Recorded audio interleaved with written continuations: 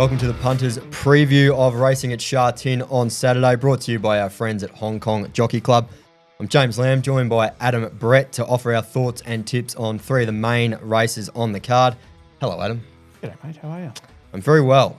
We'll go in racebook order, starting with race 6, the Group 3 Lion Rock Trophy.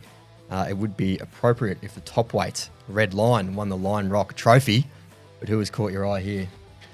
Yeah, I'm not going with Red Lion on this one. It would be appropriate though. And first and foremost, let's remember that it is racing at Sha Tin on a Saturday, not a Sunday. So big call out for punters that might get caught out on that one, sitting there on a Sunday afternoon going, where's my Sha Tin racing? Yep, no, it's good call. Saturday afternoon this time around. But for Lion Rock Trophy, I'm actually going with Devano. It's blistering late speed in its last run over 1,600 metre.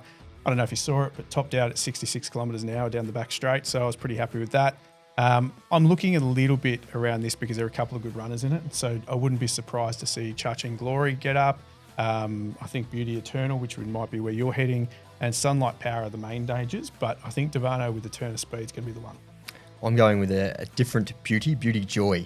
Hopefully we'll get an each way price for this galloper. Obviously we don't have any odds at the moment, but was 3 lengths from Red Lion at Group 1 level last start, but meets him 3 kilos better at the weights and gets the services of Zach Burton from a gun draw, which is always handy. Very much at the veteran stage now, but the Sha Tin Mile is his pet journey, and Burton's record on him is insane. 9 starts, 5 wins, and 3 minor placings. Burton's record on most things is insane. No, but that so is particularly really stretched on that's that better one. than 50% from 9 starts. That's very good. That is very good.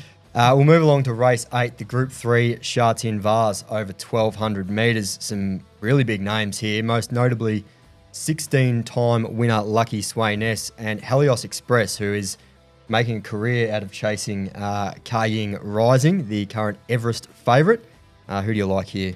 I have gone with Lucky Sway Ness. I just thought after a 12-month spell, coming back and finishing 6th against Ka Ying Rising, obviously Helios Express finished 3rd in that race.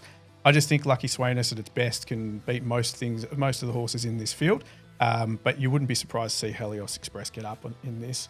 It did what was actually there. There you go. There's my self-trumpeter for the week. But I was actually there last time Lucky Swayness came back from that 12-month spell against Ka Ying Rising. And it was actually the ears pricked back and it had a really strong run over the last 400. So I wouldn't be surprised if it's got that little bit of an appetite for a win.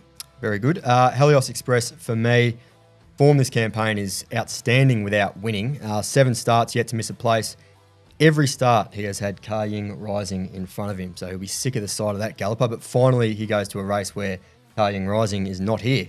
So this is his chance.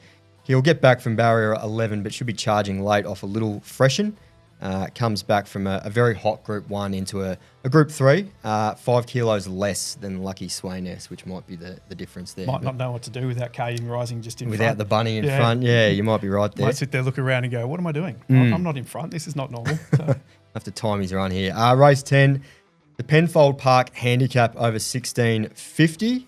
I thought this was a pretty open race. Is there one that stood out for you? There is. I've gone with, it's a bit of a tough one to pick a winner in though, but I have gone with a friend of punters, Mark Newnham's trained Talent's Ambition, at number 11.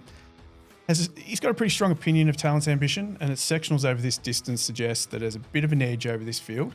It's got really strong closing speed, which I like, and it's on turf this time too, so I am thinking that this is going to be a bit different for some of these horses.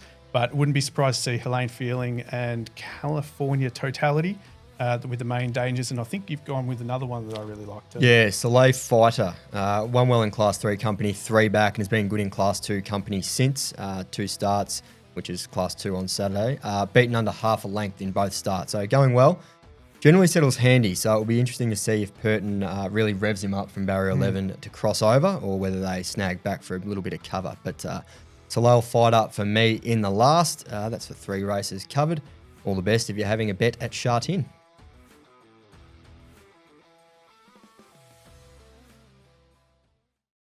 What are you really gambling with?